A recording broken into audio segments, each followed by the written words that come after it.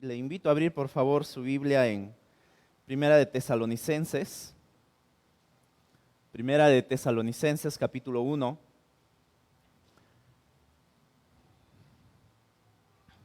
La semana pasada empezamos el estudio de esta hermosa carta, una maravillosa carta en lo personal, así como todo lo es en la palabra de Dios. Sin embargo, estudiando, quiero que veamos algunas cosas que podamos aprender para nuestra iglesia y para nuestras vidas. Ya vimos la semana pasada el inicio de esta iglesia, que fue en medio de mucha adversidad, fue en medio de persecución. No fue una iglesia que fue plantada con paz y con mucho regocijo. Claro que sí, en el corazón de Pablo, pero hubo muchas dificultades al momento que esta iglesia fue formada. Persecución a Pablo y a sus compañeros. Por ello, Pablo tuvo que salir totalmente apurado de esta iglesia. Solamente estuvo allí 3 semanas en Tesalónica. Después pasó a Atenas, donde estuvo con su amigo Silas y Timoteo. Cuando ellos están en Atenas, Pablo le envía a estos 2 compañeros de regreso a Tesalónica. Vayan a visitar a los hermanos que ya hemos sembrado esta iglesia.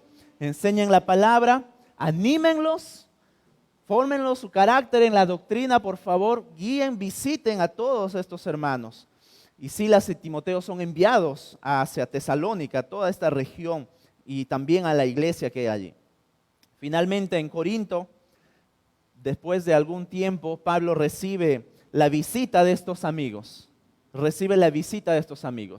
En Hechos capítulo 18 se nos dice, después de 18 meses, que estuvo Pablo en la ciudad de Corinto. No sabemos si Silas y Timoteo llegaron al final de su visita, es decir, al final de los 18 meses, empezando de repente el inicio de esta obra cuando Pablo estaba allí. No lo sabemos, pero Pablo recibe la visita de esos amigos y es donde Silas y Timoteo les dan las buenas nuevas de cómo está avanzando esta iglesia. Así que aproximadamente entre su formación y hasta que Pablo escribe esta carta pasan 6 meses, aproximadamente. Otros comentan que fue 1 año, pero de igual manera no deja de sorprender tan rápido esta iglesia pudo crecer en su carácter, pudo crecer también en su fe, pudo crecer de igual manera en multitud.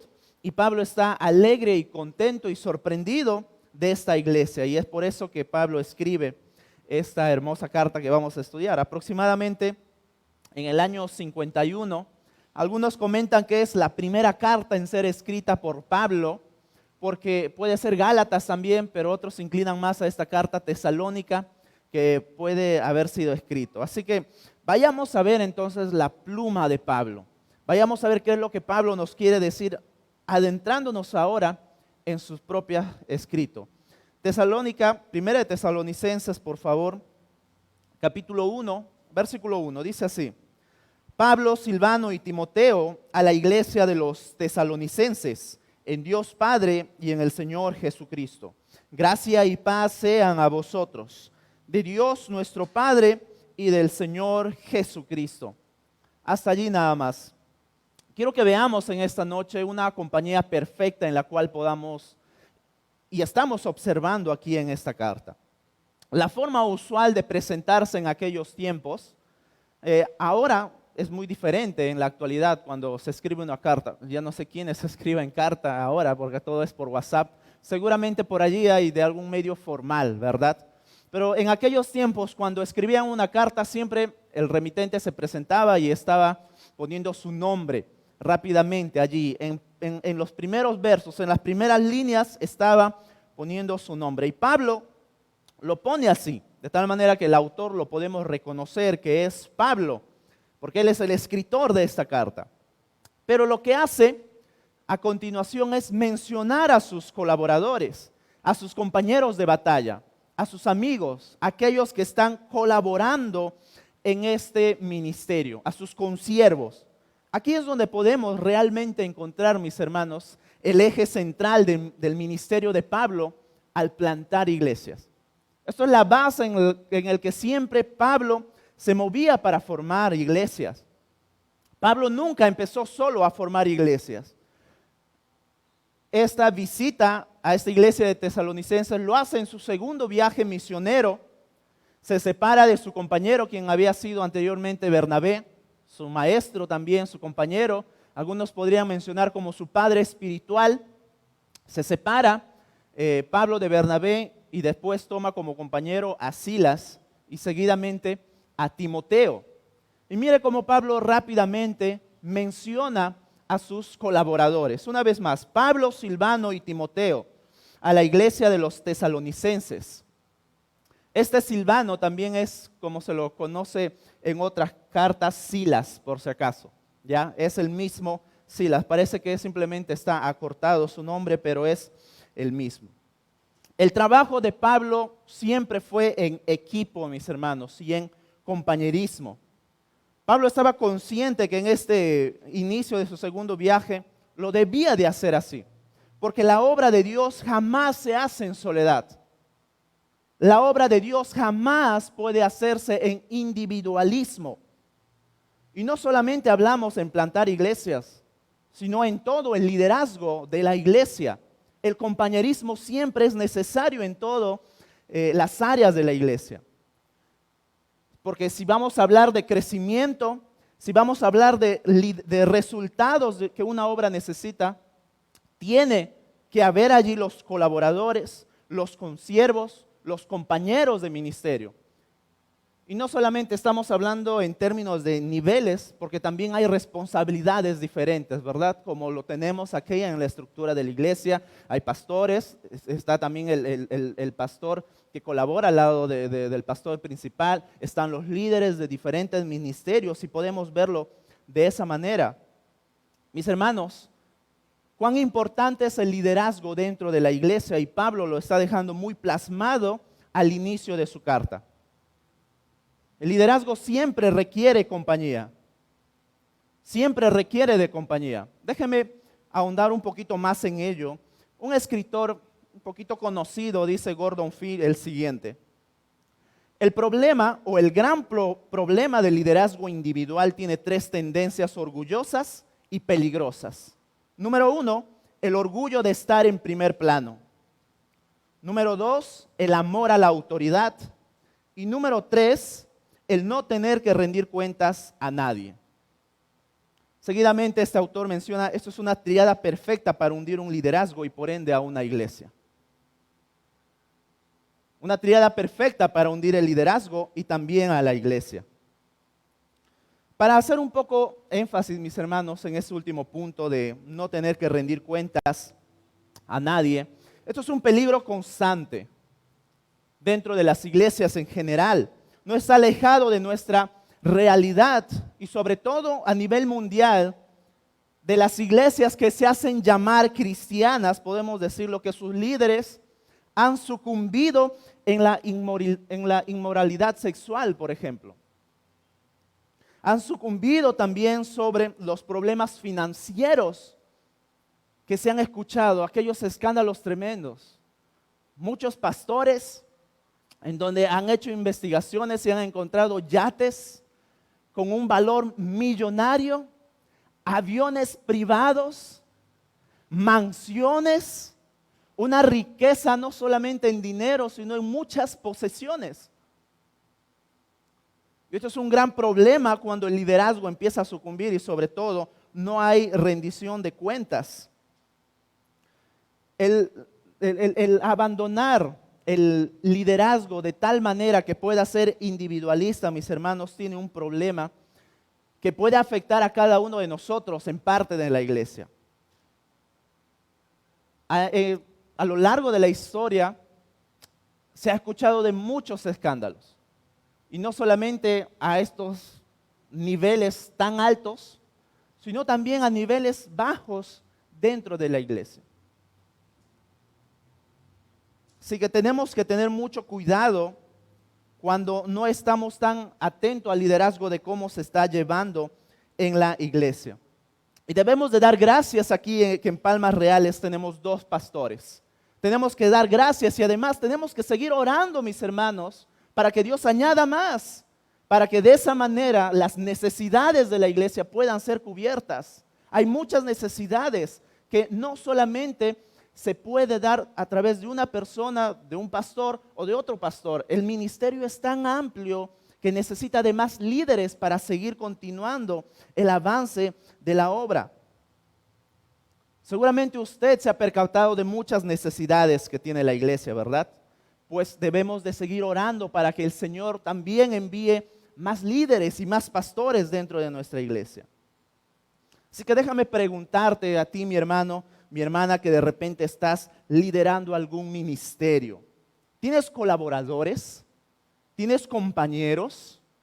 ¿Tienes consiervos con quienes estás trabajando en el área en el cual Dios te ha encargado? Y no hago referencia a aquellos hermanos que están apoyando, por si acaso. Damos gracias a ellos que lo hacen. Yo me refiero a aquellos hermanos a quien tú puedas dejar tu cargo prontamente o más adelante. Aquellos hermanos a quienes tú estás formando para que puedan hacer el ministerio que tú estás haciendo. Les estás dejando tomar decisiones importantes a ellos para que puedan realmente así estar dentro del compañerismo, del liderazgo. O sencillamente los estás formando con una visión de liderazgo a ellos. ¿Cómo está tu ministerio en el cual Dios te ha encargado? O de repente no haces ninguna de estas cosas, porque puede que no me cae ese hermano o esa hermana. Por eso es que yo no le encargo nada. No me cae aquel fulano o fulana. O puede ser que tu nombre sea lo único que te gusta en ser mencionado. Quieres que tu nombre sea lo único que se mencione y solamente a ti con todo, o sea, tu nombre nada más. O quizás te da envidia de que otros incluso hagan mejor que tú las cosas que las que haces. ¿Cómo está tu ministerio? ¿Cómo estás formando a aquellos que realmente, como Pablo nos enseña aquí, sin ningún rencor, sin ninguna envidia, sin ningún temor? Pablo dice, mis colaboradores.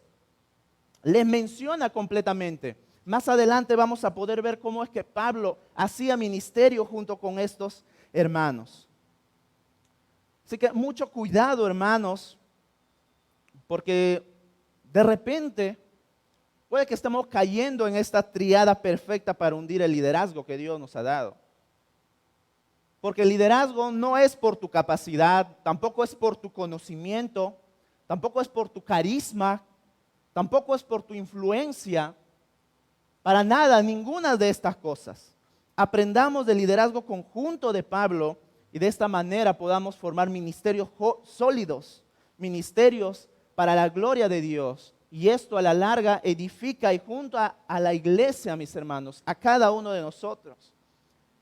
Y no podemos llevarlo solamente a la iglesia, también podemos llevarlo dentro de nuestro matrimonio, para los que están casados, en la familia, en el área de trabajo incluso.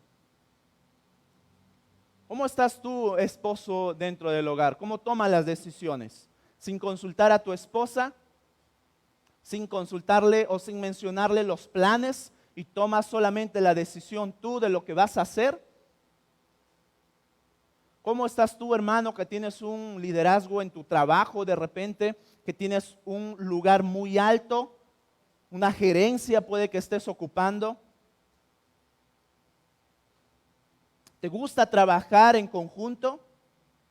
O quizás no te gusta por el famoso serrucheo de puestos. ¿Verdad? Se habla mucho, me va a serruchear el puesto.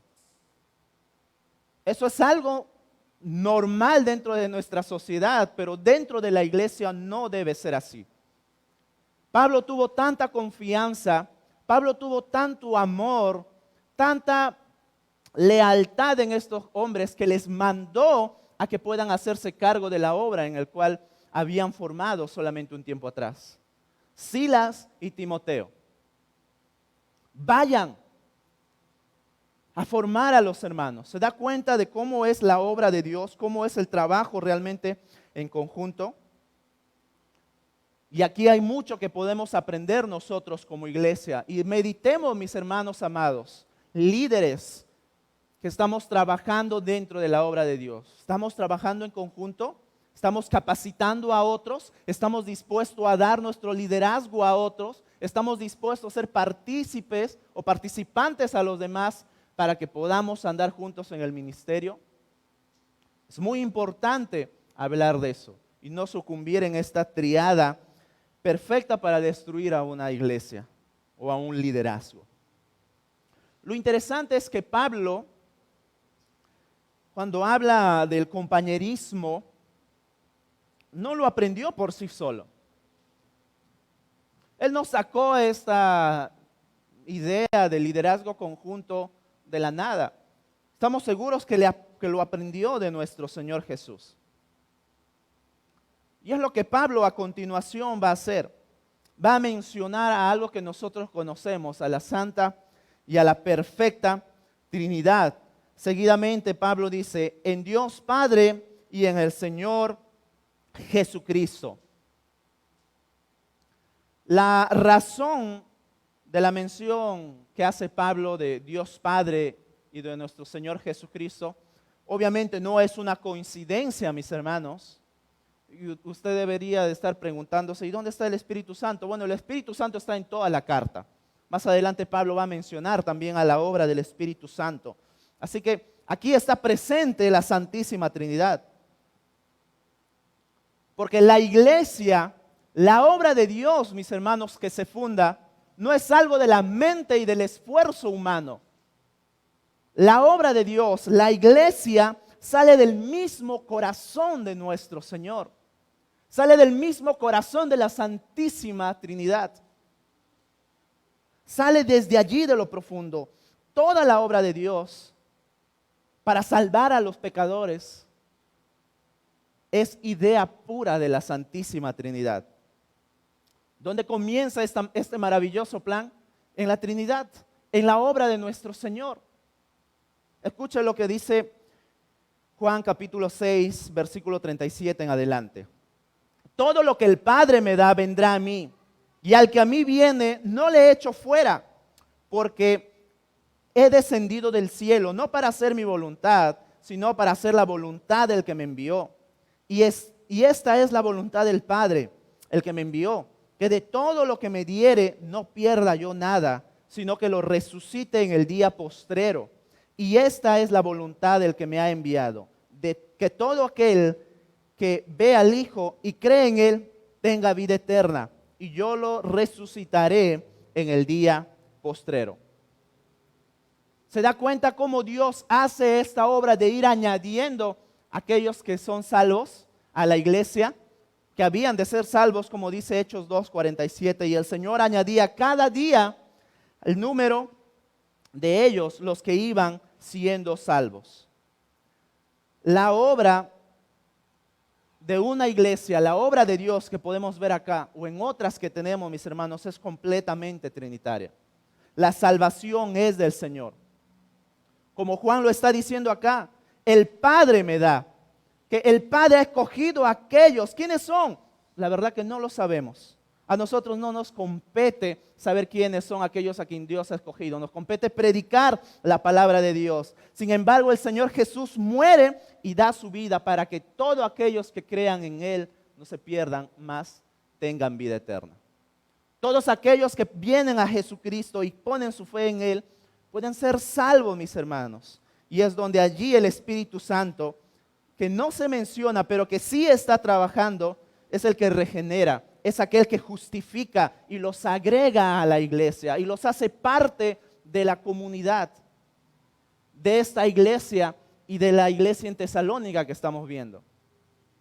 Puedo observar acá cómo la obra de Dios realmente comienza en lo profundo, si podemos mencionarlo, corazón de la Santísima Trinidad. Cuán importante es que Pablo realmente mencione esta frase, porque no está haciendo énfasis en su obra, no está haciendo énfasis en el esfuerzo de sus compañeros, no está haciendo énfasis en sus colaboradores, sino hace referencia en Dios Padre y en el Señor Jesucristo. La obra de Dios comienza en ellos. por la obra de la Santísima Trinidad. Así que usted no está aquí por coincidencia, mi hermano, mi hermana, o amigo que quizás nos estás visitando en esta noche. No estás aquí por casualidad, para nada de ello, ¿sí? Tampoco estás aquí porque de repente vayas a pensar, bueno, mis padres son cristianos y siempre me han traído de niño. No, no, no, no, para nada. No importa si te hayan traído desde chiquito, desde cuna, desde la barriga, mis hermanos. No, pensar eso de que tú estás en ese lugar es menospreciar la obra de la Santísima Trinidad que lo hizo desde la eternidad, que planeó que cada uno de nosotros estuviésemos aquí para unidos adorarle a Él. ¿Se da cuenta cuán importante es esta tríada perfecta de la Trinidad? Eso nos debe llevar a ser constantemente agradecidos al Señor por permitirnos ser parte de ese plan maravilloso que hizo en la eternidad.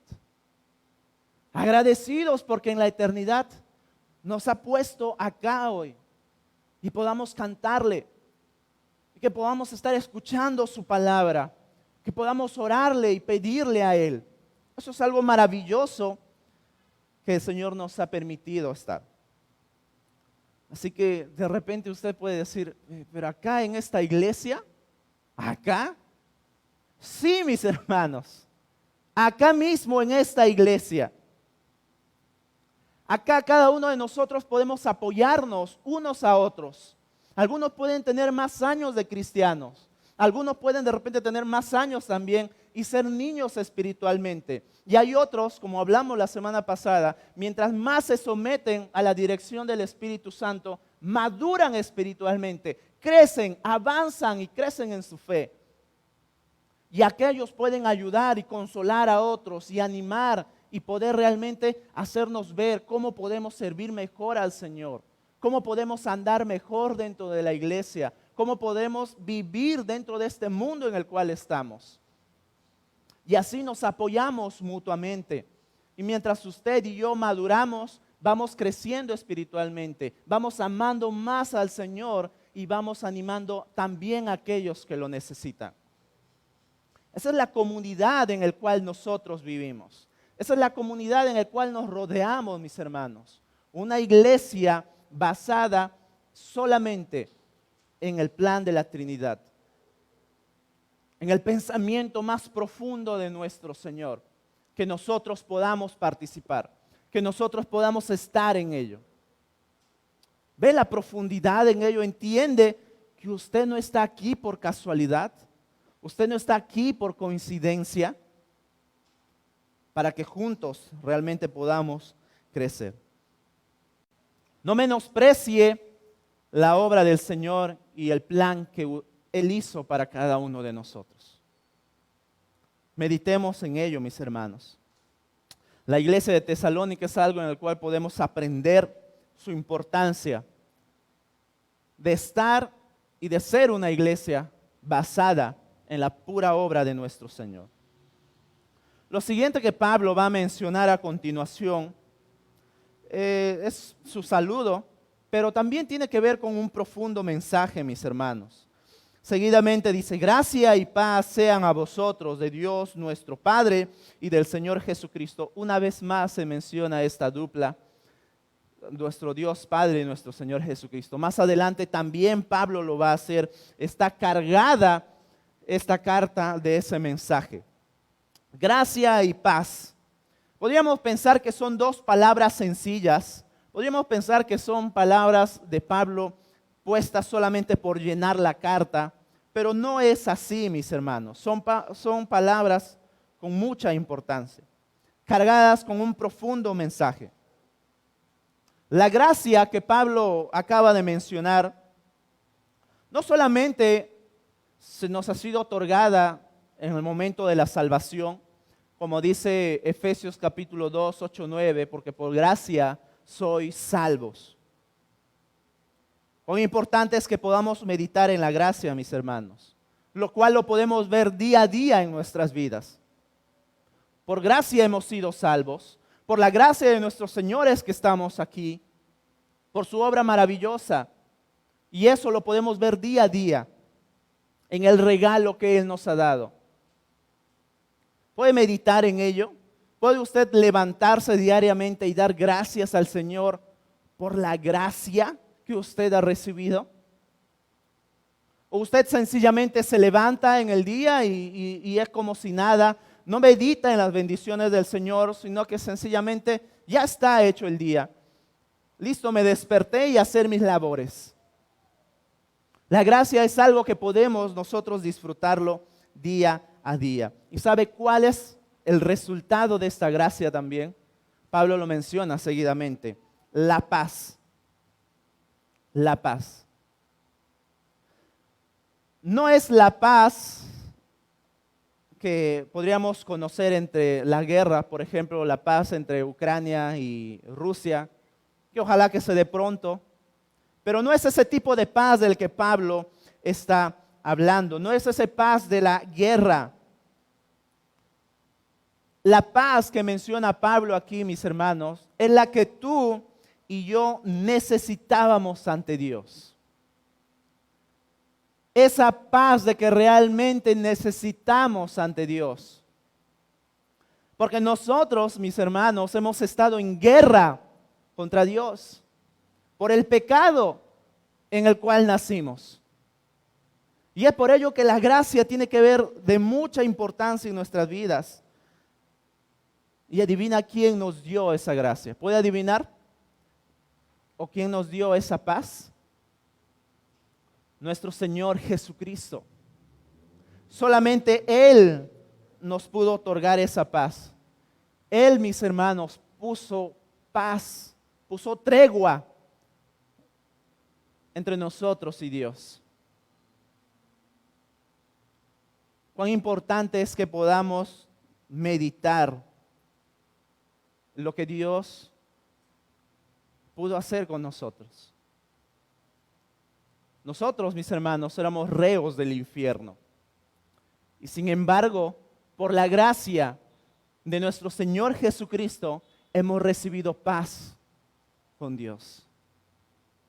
Hemos recibido una paz que realmente va a dar a nuestras vidas. Obviamente eso es una referencia eterna. Por la gracia de Dios, hoy podemos disfrutar de algunas cosas. Tener paz primeramente, tener la salvación y estar aquí en una iglesia. Esos son los beneficios que podemos realmente disfrutar de la gracia de nuestro Señor. La paz con Dios. Hoy tenemos la salvación y además que podemos pertenecer a esta hermosa y maravillosa comunidad. Si queremos ser una iglesia que alaba a nuestro Señor y que anda verdaderamente en sus caminos, tenemos que observar lo que Pablo nos está enseñando en esta carta. Aprender de su liderazgo, aprender, mis hermanos, en dónde nace la naturaleza de la salvación, en dónde nace este maravilloso plan y cuáles han sido los beneficios para nosotros. Cuán importante es que realmente podamos entender la profundidad del liderazgo de Pablo, a la misma vez el plan maravilloso de la salvación y los beneficios que trajo a nosotros. Mis hermanos, el plan de nuestro Señor para que podamos ser una iglesia que haga su voluntad está primeramente aquí plasmada en estas primeras líneas de la pluma de Pablo. La base en la cual Él formó esta iglesia está aquí, en estas primeras líneas. Entender la naturaleza de nuestra salvación. Esto es un dúo perfecto, si podemos mencionarlo así, para que nosotros podamos anclarlo en nuestras vidas. La perfecta compañía que Pablo menciona, tanto en su liderazgo como en la Trinidad, en el plan de salvación, tiene resultados muy maravillosos a nosotros. Mis hermanos, solamente para ir terminando, usted está viviendo agradecido por la obra de gracia de nuestro Señor en sus vidas? ¿Está valorando la obra de gracia de nuestro Dios a su favor? ¿Entiende profundamente que usted no ha sido añadido aquí a este lugar por coincidencia, por suertes de la vida?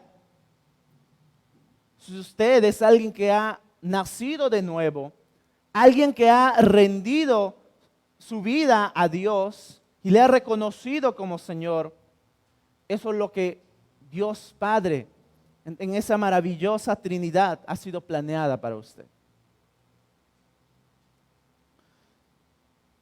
Mis hermanos líderes, aprendamos del liderazgo de Pablo, porque de ello va a depender mucho, no solamente el crecimiento para nuestra vida, sino para la obra de Dios.